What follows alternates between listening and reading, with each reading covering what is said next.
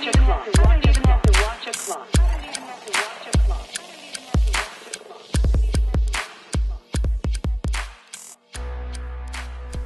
Hello everyone. Welcome to the Bold Moves podcast. I am the host, Mandie Brice. That's the first time I'm saying that. That's kind of exciting.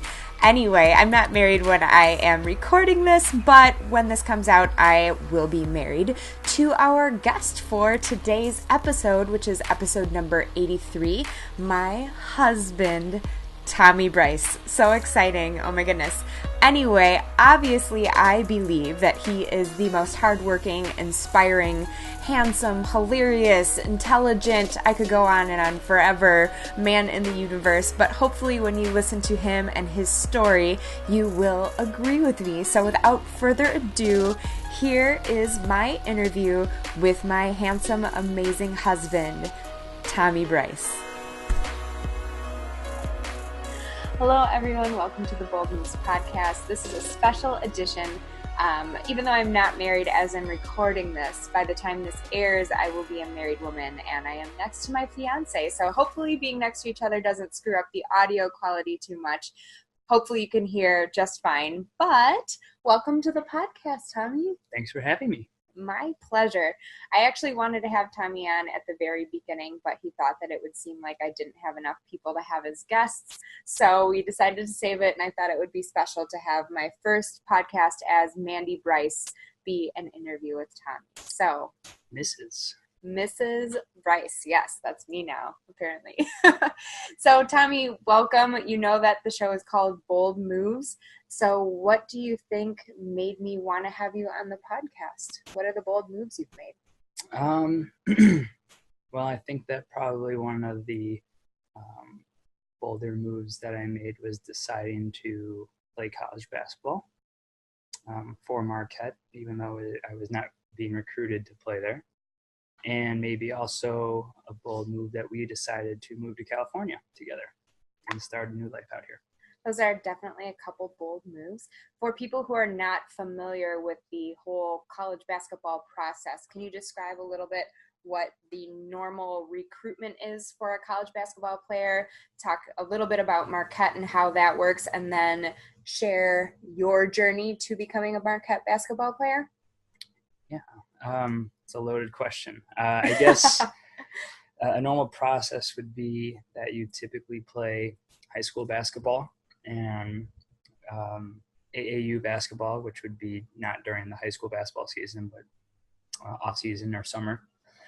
And ultimately, you're going to get recruited by certain programs based on your skill level, and also probably by the skill level of your competition.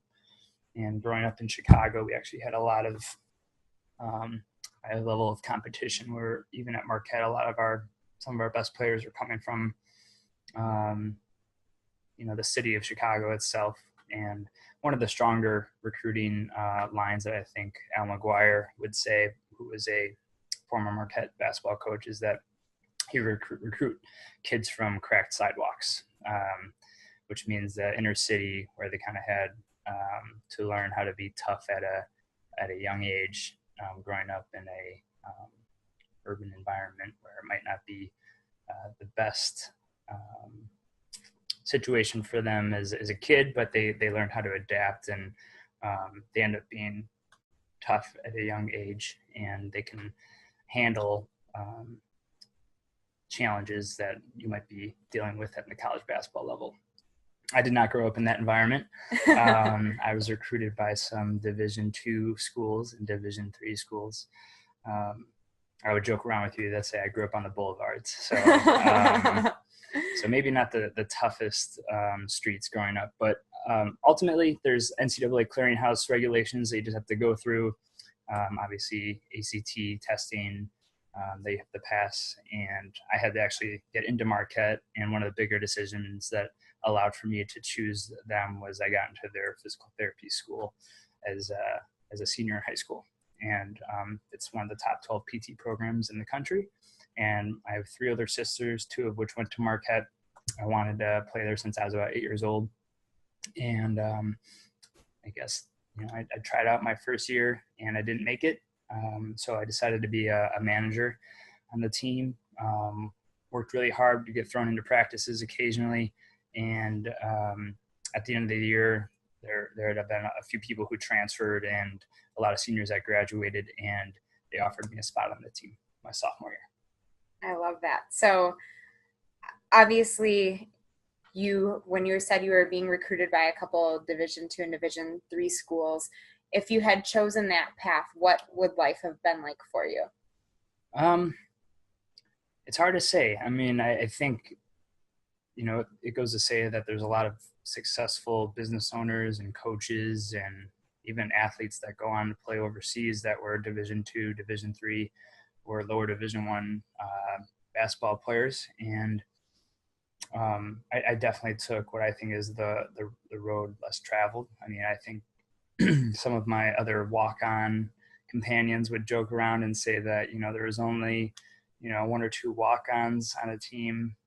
And if you look at every single Division I team in the country, there's usually 10 to 12 scholarship athletes to 1 to 2 walk-ons. So it's actually tougher statistically to be a walk-on than it is to be a Division I scholarship athlete. So it's an interesting way to look at it. Maybe the odds are less in your favor, but I think the requirements might be different. Yes, I'd say, especially athletically.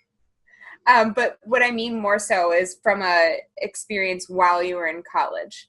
Like, what benefits would you have been afforded had you selected a Division II or III school that was looking at you versus what you had to endure, sacrifice, push through when you chose Marquette?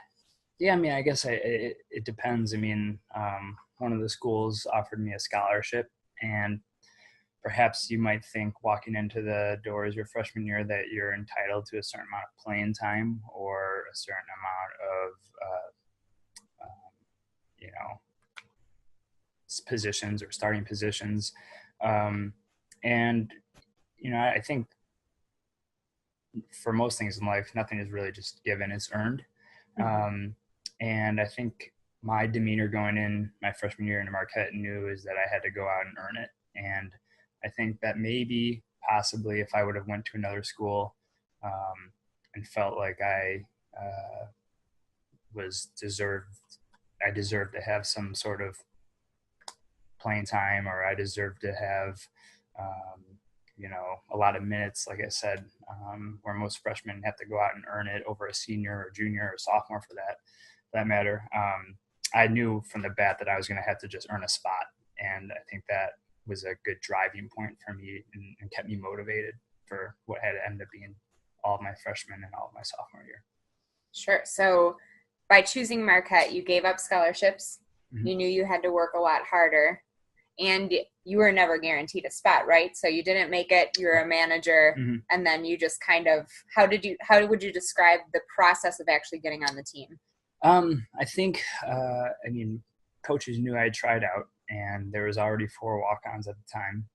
And there would be times where they needed extra bodies in practice, and they knew I was capable of playing, so they would throw me into drills. And that summer when it came up, I stayed on Marquette's campus, and I was in the gym on my off time practicing, and there's definitely individuals who were there also, maybe like a Friday night, getting extra shots up. And I think it was recognized by some of those players who I'd also reached out to and developed friendships with as well.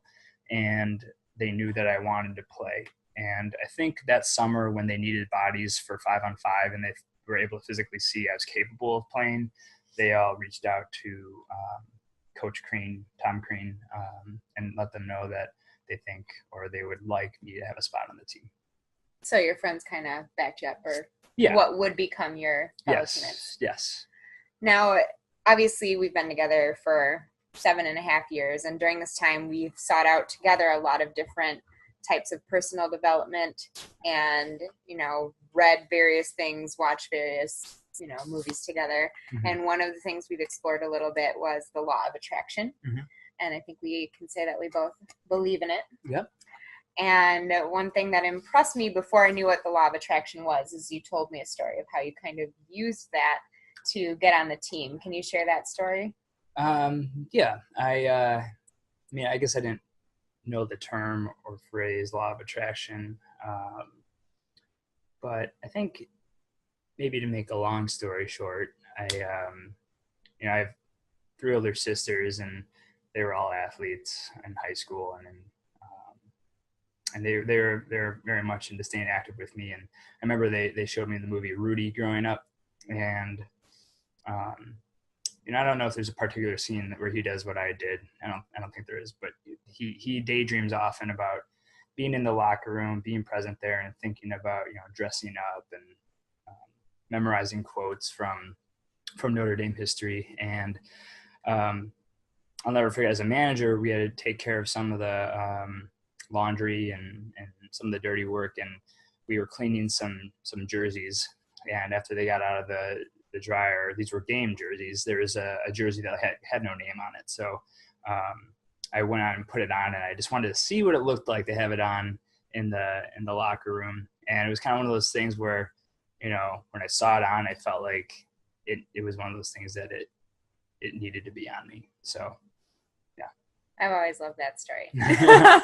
Honestly, for you listeners who haven't heard this story, that's actually one of the moments that I knew that Tommy was someone different and special as we were driving in the car, and he told me about that. And, other mutual friends who were his teammates told me about him being one of the only people in the gym at midnight on a Friday still practicing. So your dedication has been for a long time, right? Since you were a kid. Mm-hmm. And literally like sleeping with a basketball and playing in the rain. And yeah, I was addicted for sure. And I do remember too, at one point you told me that you loved me more than basketball, and that was pretty like close to a proposal without it being a proposal. Right. You're my new addiction. Mm-hmm. I am honored. Mm-hmm. Well, as I'm sure the listeners have all gathered, and I obviously already know, you're not a professional basketball player now, and you are in PT school. So this could be related. It could be unrelated. You could not even know the answer, but do you know what your purpose is? And if so, what is your purpose? That's a great question. Well, I think one thing I've learned from a lot of my closest friends and family members that I love to death is that I think as we age, our purpose can change. And right now, as a physical therapist, it's my purpose to become the best that I can be at what I spend most of my time doing. And I know that kind of thing changes when you get married, and I know that kind of thing changes when you have kids. I think for me, my purpose is to,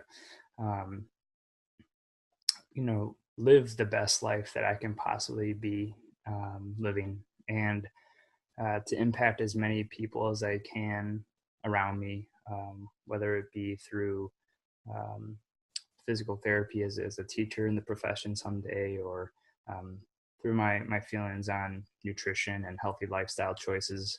And just kind of being aware of how practicing what you preach can really have a big impact on the people around you, and help improve the lives of those, whether it be physically or emotionally. So obviously there's a lot more than that, but I think obviously all of them intertwine together pretty closely. I love that. Now, we kind of briefly went over one of your other big, bold moving to California. Mm-hmm. What can you tell me about that? I think everything happens for a reason. And I think when things that happen and they didn't work out the way you wanted to, you maybe that didn't happen for any reason other than to learn from it. But I think I learned at a young age that, if I were to fail trying to do something, it hurt a lot, but a lot of good came from it.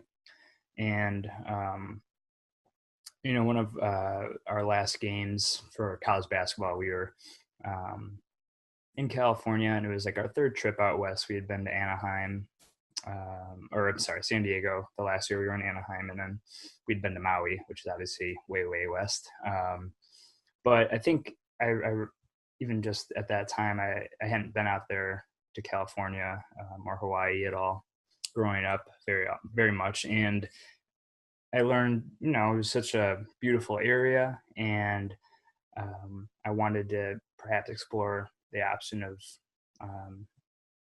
experiencing living there at another time in my life. But it was kind of one of those things where I felt like if I didn't pull the trigger, I never would. And I didn't know what was going to happen, but I knew that if there was going to be someone willing to do it with me, that it was going to be you.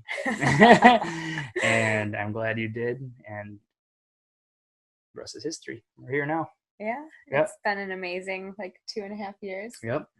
Super fun. Mm-hmm. We'll see where we go. Right. Yeah.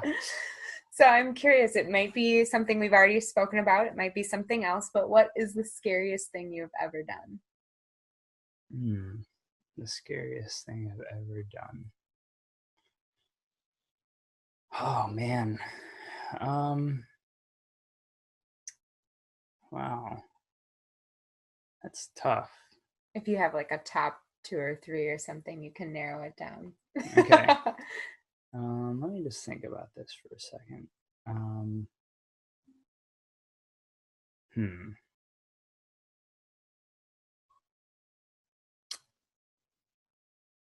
Well, I guess I'll just come up with the first thing that comes to my mind.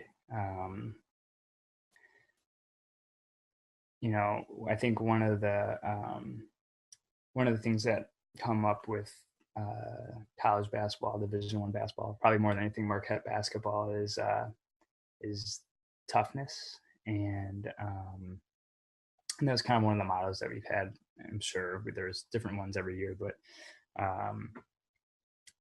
you know, I think there is a certain level of intelligence I didn't have as a 18-year-old when it came to training, and I think one of the things was just going as hard as you can, and even if there was no purpose, like you brought up, it meant that you were doing something productive, which is not entirely true.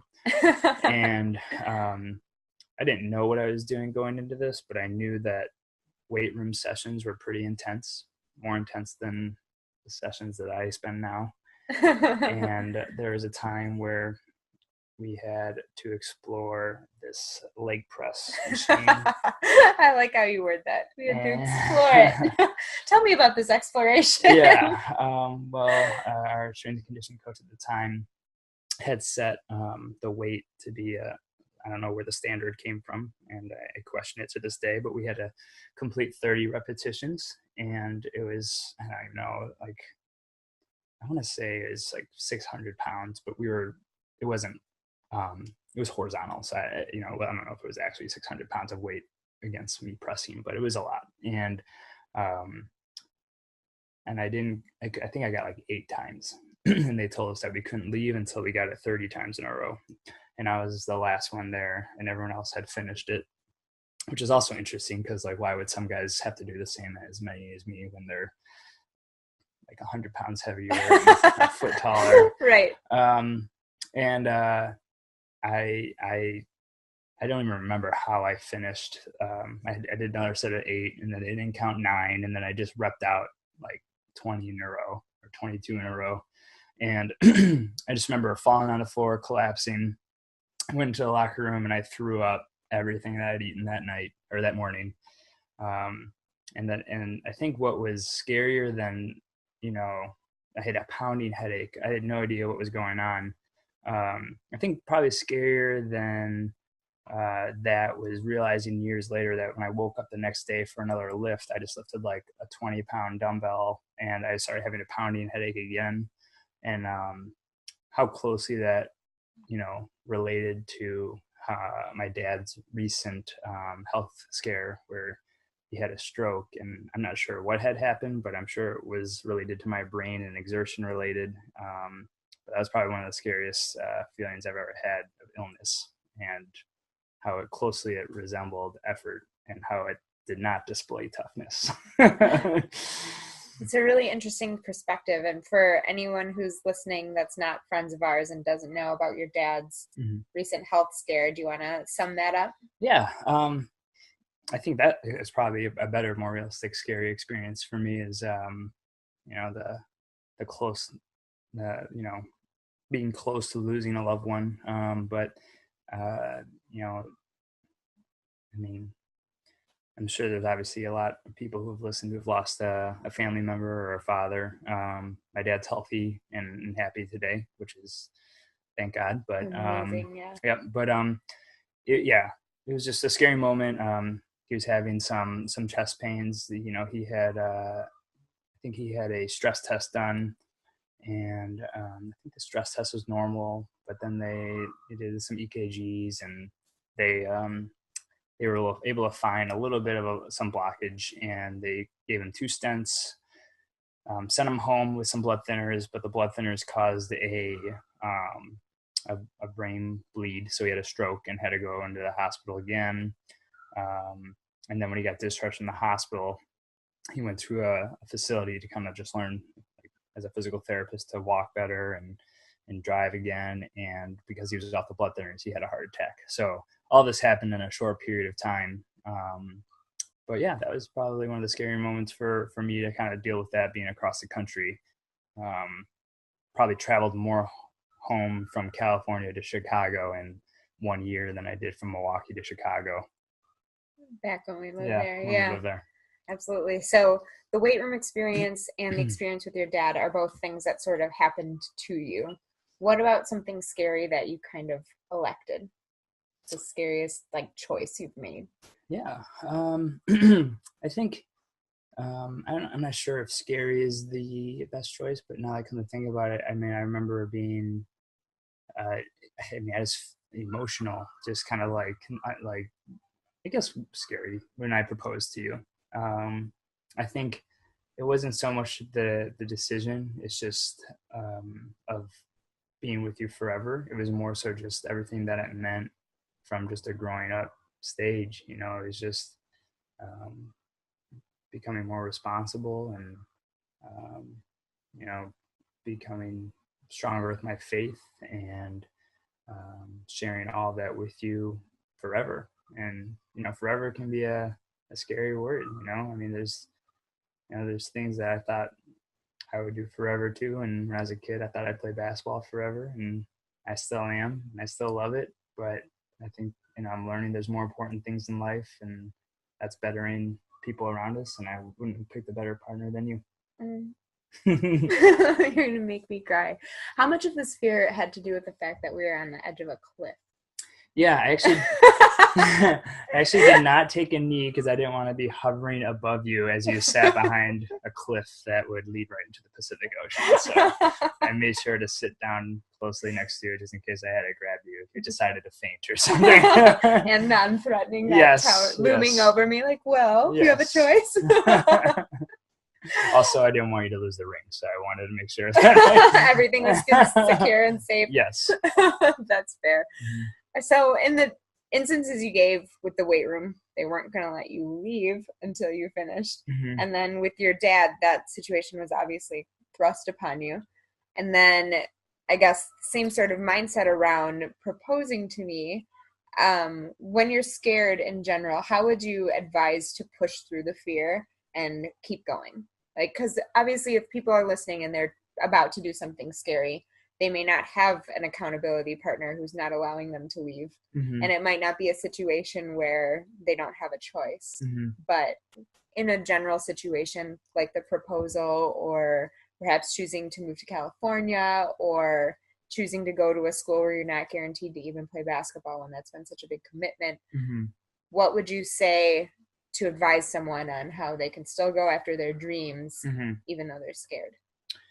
Yeah, I would say in the heat of the moment, first off, I would say it's never wrong to show yourself emotionally if you have to. I mean, I think depending on who you are, how you express yourself, you should do what's organic. I'd say when it's crunch time though, and you need to perform, or someone's dependent on you, I don't love the phrase "fake it till you make it," but I agree with the message. I think a way I would probably phrase it is, don't show it, and fake it till you make it is pretty much that. And I think it's, there's times when you're competing in sport when someone gets dunked on or your team is down by 20, and if you're sitting on the bench or playing and you look scared, it's not a good expression to have, because the opposition or whatever it is that life puts in front of you will take hold of that. And I'm a firm believer in doing the best you can do with the card you've been dealt at the exact time that you're dealing with the situation. And that's worked 100% of the time my entire life. That's amazing. So almost like a suck it up, buttercup. Like there's nothing you can do. Don't show it. I mean, push through. You got to do, yeah. I mean, action is needed and you got to go right now. I like that. Mm-hmm. Do you have any other advice in general that, has helped you be successful that you could share to our listeners? Well, I think so. You asked me about a book. Well, that's a separate question. Yeah, I know, but it reflects a little bit about what I'm saying. And, one of the big things for me is change and being adaptable. Mm-hmm. And, change can be good, and being adaptable to the fact that you're able to work with whatever life throws you will pay huge dividends in the future. And being able to do the best with what you have available, and striving for more, I mean, I think as much as I say, whatever the task is at hand is, it doesn't also mean that you can't go out and create your own hand as well. So, as much as I say, in the heat of a moment when you're getting beat up to do what you can, it doesn't mean that you can't go out there and next time there's a possibility of you getting beat up, you're the one on top. Advocate for yourself, right? Enact the change. Exactly. I like that. So now you can tell me about the book. Okay. So what are your book recommendations? my book recommendation, which is more of a personal development book, and although it is a business-minded book, I think it goes well with my belief. It's called "Who Moved My Cheese," and it's a book about change and being ready for change, because change happens in life and it comes in quick. Being ready for change and being adaptable to change, and being excited for change, because change can bring exciting things like getting married. 2 weeks? Yep, 2 weeks. Although when this airs, we will have already been married. Right. Crazy. Mm-hmm. I love it. Okay, so you were just talking about sort of recognizing the hand that you're dealt, but still striving for more. And I feel like that's a perfect lead-in to my favorite question, which I know I've asked you before and you've heard me ask other people. Mm-hmm. But now it's time for the public version of it. So if 8-year-old Tommy Brice could look into a crystal basketball, I changed it just for you. That's good. I like that. And see 31-year-old Tommy Brice and see everything that you've done from that point to now, mm-hmm. and maybe even see where you're going, but obviously you can't answer about mm-hmm. that. But if you could see the future when you're 8 years old and see you now on a scale of 1 to 11, how excited would you be for 31-year-old Tommy Brice's life?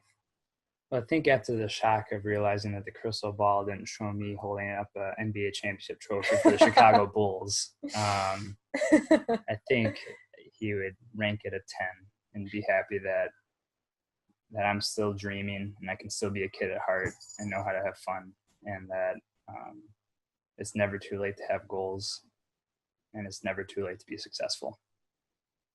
Do you consider yourself successful now? Every day I consider myself more successful than the day before. How do you define the success? Happiness. So you're happier today than you were yesterday? Mm-hmm. That's awesome. Yeah, it's pretty sweet.